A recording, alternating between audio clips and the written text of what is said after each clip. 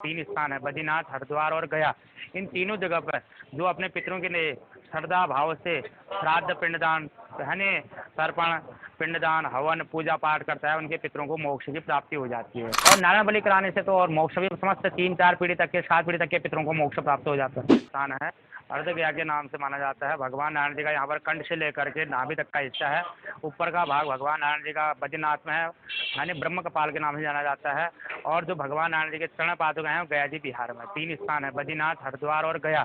इन तीनों जगह पर जो अपने पितरों के लिए श्रद्धा भाव से श्राद्ध पिंडदान यानी तर्पण पिंडदान हवन पूजा पाठ करता है, उनके पितरों को मोक्ष की प्राप्ति हो जाती है। विशेष तौर पर यहाँ पर श्राद्ध में काफ़ी भीड़ भड़ाका होती है।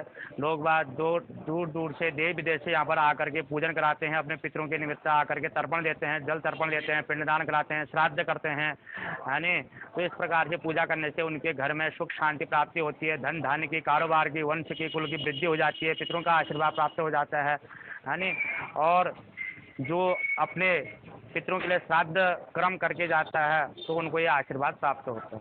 स्थान है यहाँ पर, ये तो वैसे ही पवित्र है। भगवान नारायण जी के इस स्थान यहाँ पर कंठ से लेके नाभि तक का यहाँ पर स्थान है। भगवान नारायण जी का जो इस यहाँ पर नारायण जी के दर्शन कर लेता है उसके पितरों को वैसे ही मोक्ष प्राप्त हो जाता है, उसके कष्ट वैसे ही दूर होने लग जाते हैं। यहाँ पर विशेष तौर पर नारायण बलि की पूजा होती है।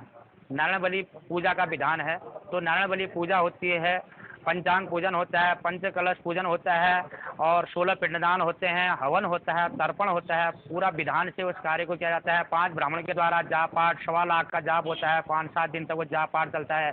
शपाद लक्ष्य 1,25,000 पितृगायत्री के नाम से जाप का संकल्प दिया जाता है। ब्राह्मण पूर्ण करते हैं 7 दिन में, यानी पितृगायत्री का जाप कराते हैं, यानी और कोई अपने पितरों के नाम से विष्णु सहस्त्रनाम, कोई गीता पाठ, गजेंद्र मोक्ष पाठ इत्यादि अपने पितरों के नाम से कोई पाठ पूजा कराते रहते हैं। और नारायण बलि कराने से तो और मोक्ष भी समस्त 3-4 पीढ़ी तक के 7 पीढ़ी तक के पितरों को मोक्ष प्राप्त हो जाता है। अच्छे रहना चाहिए, यानी शुद्ध भोजन करना चाहिए, यानी लहसुन प्याज का इत्यादि का सेवन नहीं करना चाहिए, शुद्ध भोजन करना चाहिए, शाकाहारी रहना चाहिए, यानी और कहीं शुद्धता का प्रयोग रखना चाहिए। श्राद्धों में रोज प्रातःकालीन नहा धो करके पितरों के नाम से जल तर्पण अवश्य देना चाहिए। जी।